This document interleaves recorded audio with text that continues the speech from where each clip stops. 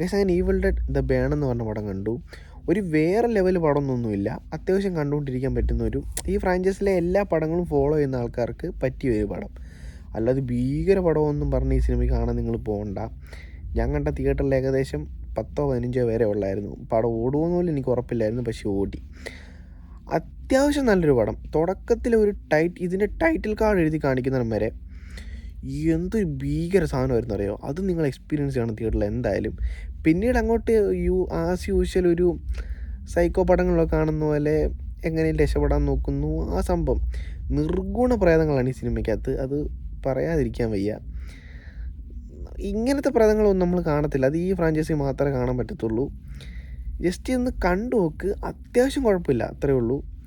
ഭീകര പടമൊന്നും വെച്ച് കാണാൻ പോകണ്ട, പക്ഷേ ഇഷ്ടംപോലെ ബ്ലഡ് ബാത്ത് സീൻസ് ഉണ്ട്, ഭയങ്കര അത് കൊടൂര സീൻസൊക്കെ ഉണ്ട്. അതൊക്കെ കണ്ട് കുഴപ്പമില്ലാത്തവർ പോയി കാണുക, അല്ലാത്തവർ പോകാതിരിക്കുക.